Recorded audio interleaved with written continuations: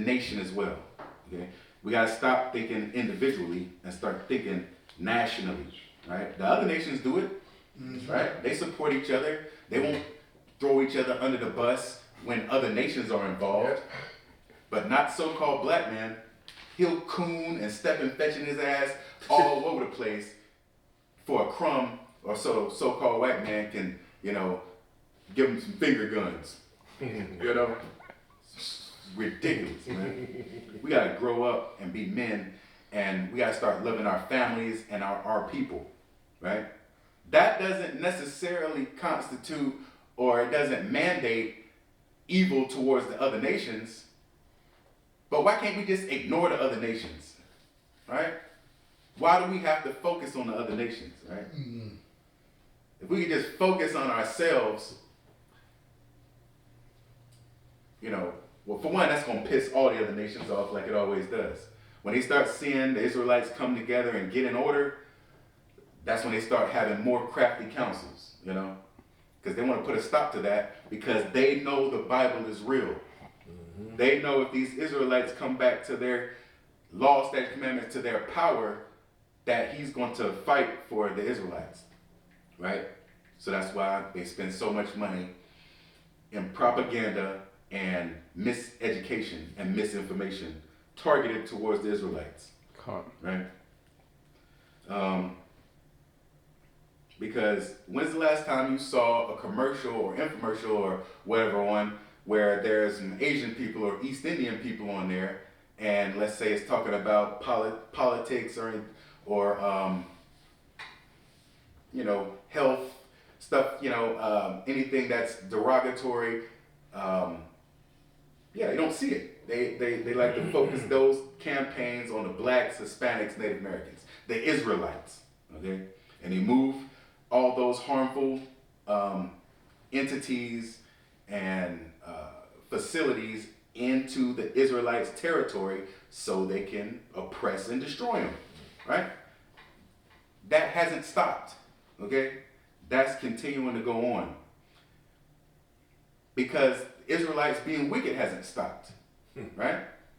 So that's, there's a cause and effect here, and we have to cause ourselves to be in a better, situation by doing what thus saith the Lord. All right. I'll just bring out a few more and close it out. Let me see. Give me Romans 11, 25 and 26. This is Romans chapter 11, starting with verse 25.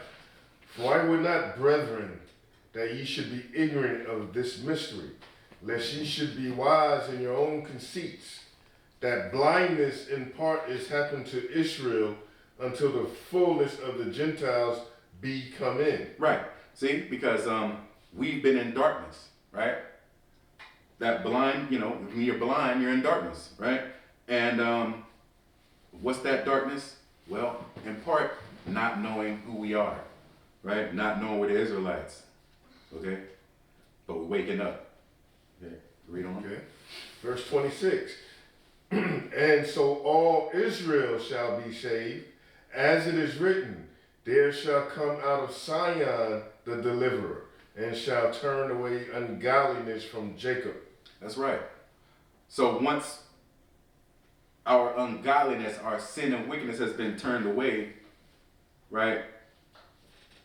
Then we won't be blind anymore. Okay.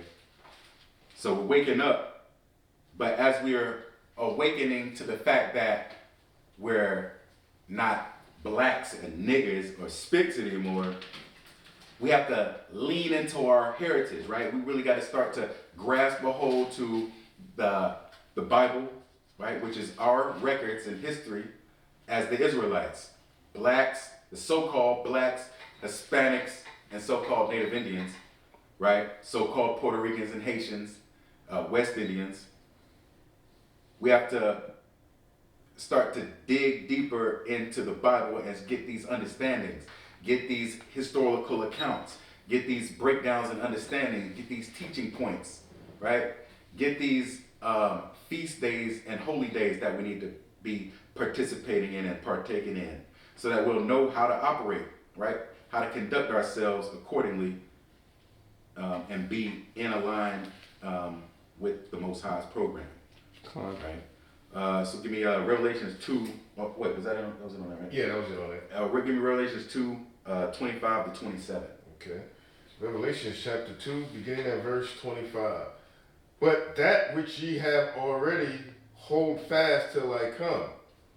Verse 26. And he that overcometh and keepeth my works unto the end, to him will I give power over the nations. That's right. But you gotta keep the Most High's works until the end.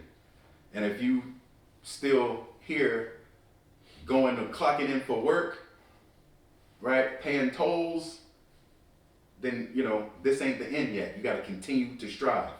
Right? Read on. Verse 27.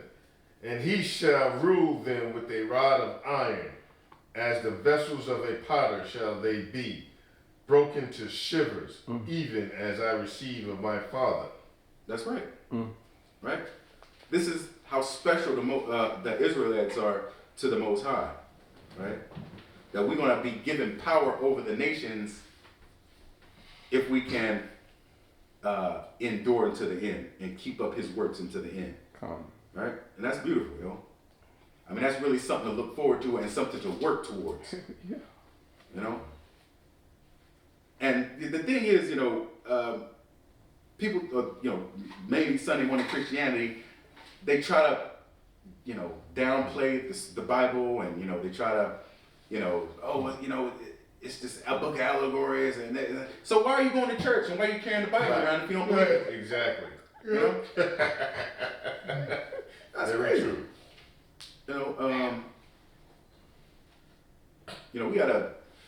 We gotta have the faith, and we gotta keep the law, statutes, commandments.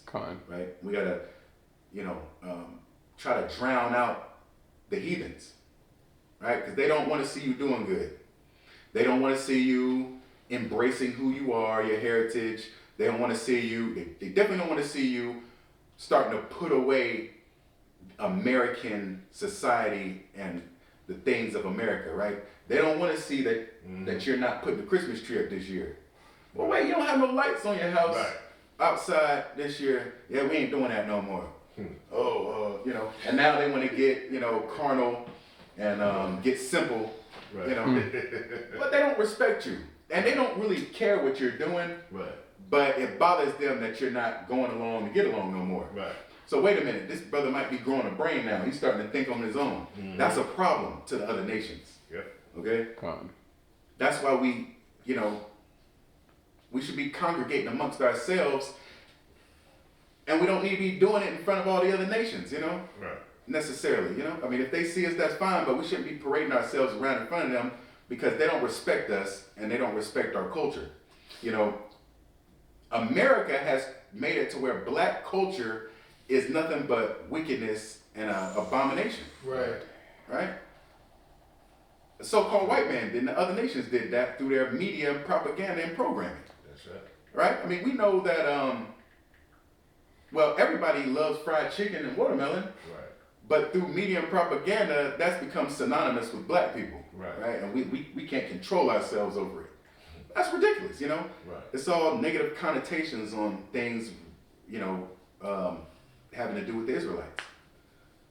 And we're used to it, and we're fine with it because, we've accepted, and I'll say we, I'm talking about Sons of Yahweh camp, we've accepted, the way that everybody sees us. It doesn't have any effect on our obligations or our goals, right? Our objective is to bring this word out and, be found righteous, so we can be of that number when the saints go marching in, quite frankly, right? So let me bring this out and just close it out. So Romans 11, 33 to 36. Romans chapter 11, beginning verse 33. Oh, the depth of the riches both of wisdom and knowledge of Yahweh. How unsearchable are his judgments, and his ways past finding out. That's right. You'll never really understand, like, wait a minute. The Israelites, why is the Most High choosing the Israelites, you ain't going to figure that out. You just got to deal with it. Right? Read on. Verse 34. For who hath known